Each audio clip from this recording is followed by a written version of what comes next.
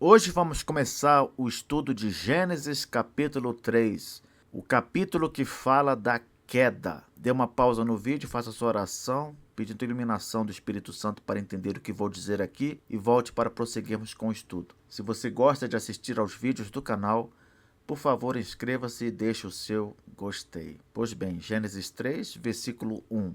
Mas a serpente, mais sagaz que todos os animais selváticos que o Senhor Deus tinha feito, disse à mulher: é assim que Deus disse, não comereis de toda a árvore do jardim? Essa serpente, mais adiante, no final da Bíblia, em Apocalipse capítulo 12, versículo 9, ela é identificada com Satanás. E ela é descrita aqui no texto como astuta. No sentido positivo, seria um animal capaz de perceber com facilidade e rapidez o que se passa no seu entorno. Evidentemente, a serpente não era sagaz no sentido negativo. Por que não, professor? Porque se fosse assim, isso implicaria que Deus fez esse animal com uma espécie de maldade. O que o texto quer dizer é que Satanás escolheu um animal naturalmente mais capaz de se virar do que os outros. Possivelmente aquele que estava entre os mais inteligentes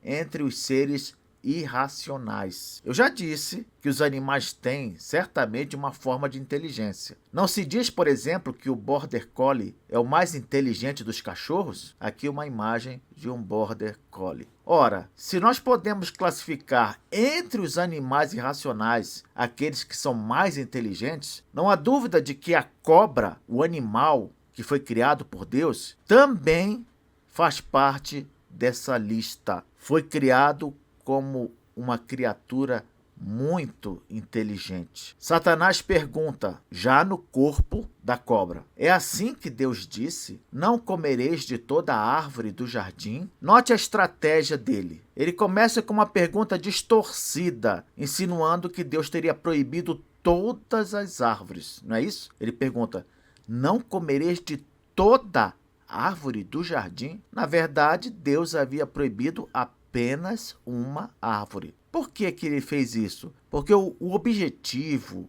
é sempre confundir, misturar verdade com mentira, a fim de quê? De obter mais facilmente a concordância da pessoa que ele quer enganar.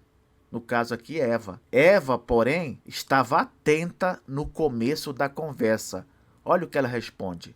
Versículo 2. Respondeu-lhe a mulher: do fruto das árvores do jardim podemos comer. Versículo 3. Mas do fruto da árvore que está no meio do jardim, disse Deus: dele não comereis, nem tocareis nele, para que não morrais. Professor, como é que Eva sabia que do fruto das árvores do jardim eles podiam comer, menos o fruto de uma árvore, se ela não estava presente quando Deus deu a ordem a Adão? Afinal, nós vimos que em Gênesis 2, Deus dá a ordem a Adão antes mesmo de ter criado Eva. E a resposta é muito simples.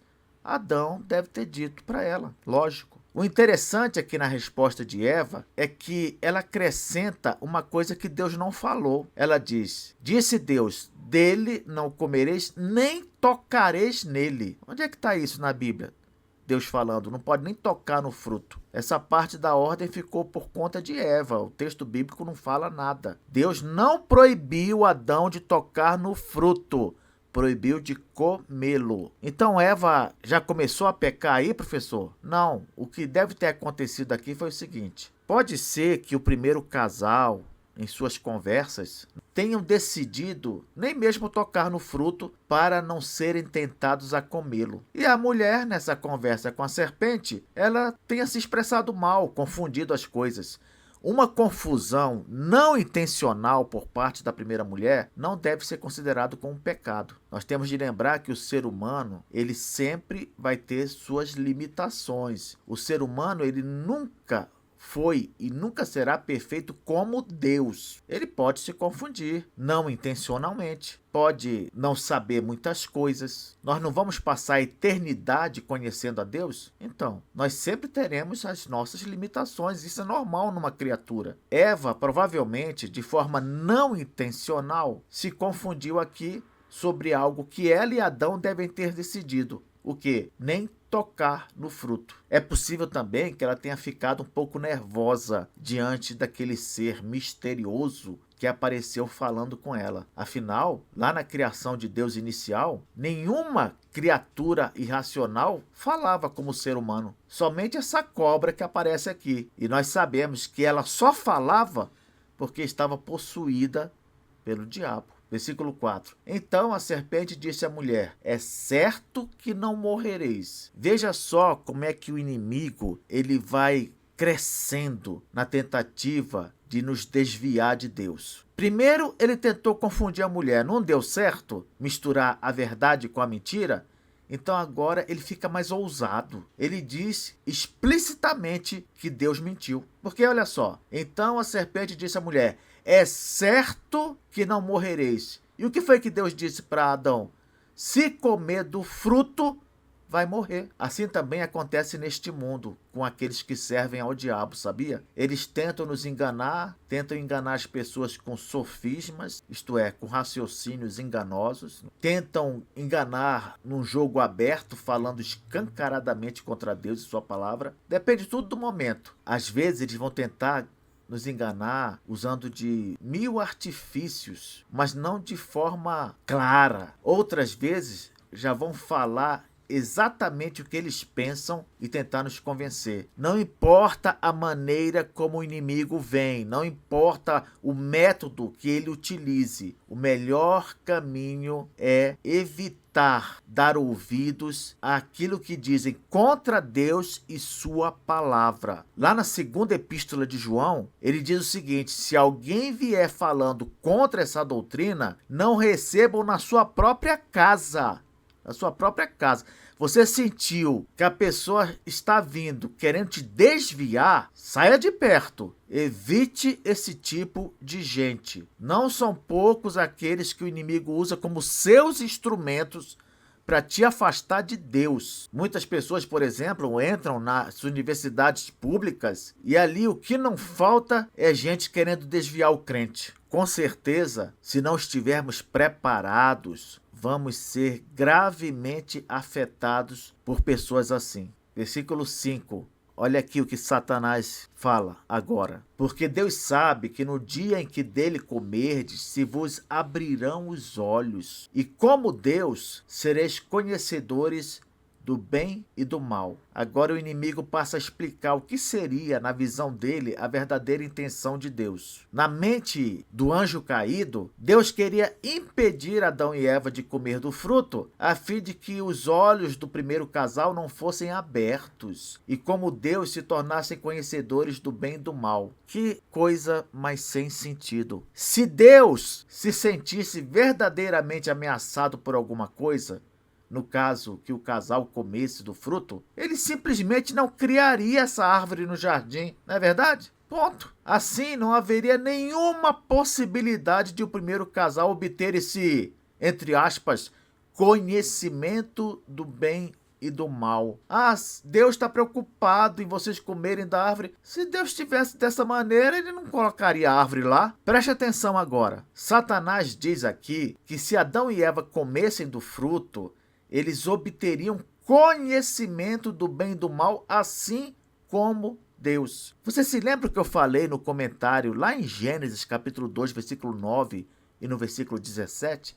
Você se lembra? Eu disse ali que esse conhecimento deriva do hebraico iadá e diz respeito a um conhecimento capaz de designar, definir o que é mal. Na verdade, quando fala aqui em conhecimento do bem e do mal, a ideia é a seguinte: capacidade de definir o que é mal. Além disso, no caso do ser humano, esse conhecimento do mal foi um conhecimento experiencial. Como assim, professor? O homem passaria a saber pela sua própria experiência o que é o mal. Quando Satanás diz que seria como Deus, isso era mentira, porque não seria exatamente como Deus, não. O homem passaria realmente a conhecer o bem e o mal, e Deus conhece o bem e o mal, mas os modos de conhecer são completamente diferentes. Por quê? Porque para Deus, o conhecimento do bem e do mal é perfeito e absoluto. E ele não conhece o mal por experiência do pecado. Ele conhece o mal por onisciência. Em outras palavras, ele conhece o mal porque ele sabe todas as coisas, não porque ele experimentou o mal. Para Adão e Eva, contudo, o conhecimento do mal vai vir pela experiência da desobediência, o que vai trazer também o quê? Culpa, vergonha e, especialmente, morte espiritual. Isso quer dizer que esse conhecimento do mal adquirido por Adão e Eva vai dar a eles um raciocínio e um sentimento afetados pelo pecado. Essas verdades mudam tudo. Deus define o bem e o mal de forma santa e perfeita. O ser humano vai definir o bem e o mal a partir de sua experiência pessoal do mal e a partir também de uma natureza caída que ele vai adquirir com a queda. Imagine só como é que o homem e a mulher vão definir o bem e o mal agora, hein? Se tudo que eles têm de base é uma natureza caída. Que capacidade é essa de definir o bem e o mal? Vai ser toda distorcida. Aquilo que o homem disser que é certo, quem pode ter certeza que é certo mesmo? Aquilo que o homem disser que é errado, quem pode garantir que é errado? O que nós vemos no mundo hoje é que, na definição do homem, na maioria das vezes, o mal é bom e o bom é mal, justamente por causa da maneira que eles adquiriram esse conhecimento do bem e do mal. Quero dar mais um exemplo aqui para facilitar o seu entendimento. Imagine um juiz que julga casos de homicídio. Esse juiz nunca matou ninguém, mas ele tem pleno conhecimento do que é assassinato. Por quê? Porque ele estudou a respeito, ele sabe das consequências legais e das consequências morais. O juiz, ele conhece o crime por discernimento e análise, não por experiência pessoal. Assim também é Deus. Deus conhece o bem e o mal porque ele é o criador e juiz perfeito, aquele que discerne, que diferencia com perfeição o certo e o errado. Não porque ele pecou. Deus, ele vai sempre definir o bem e o mal com base em sua natureza santa e perfeita. Já o homem vai sempre definir o bem e o mal com base em sua natureza caída. Vamos tirar algumas aplicações aqui. Primeiro, Deus é a fonte do discernimento moral. É a única fonte confiável. Ele sabe o que é bom e o que é mal desde a eternidade. O ser humano quis alcançar esse discernimento fora da vontade de Deus. Por quê? Porque o ser humano quis a sua autonomia moral. Em Cristo, nós recebemos a sabedoria que vem de Deus para discernir o bem e o mal de forma justa e santa. Conclusão: Adão e Eva se tornaram conhecedores do bem e do mal por experiência do pecado, mas Deus sempre teve esse conhecimento por sua natureza onisciente.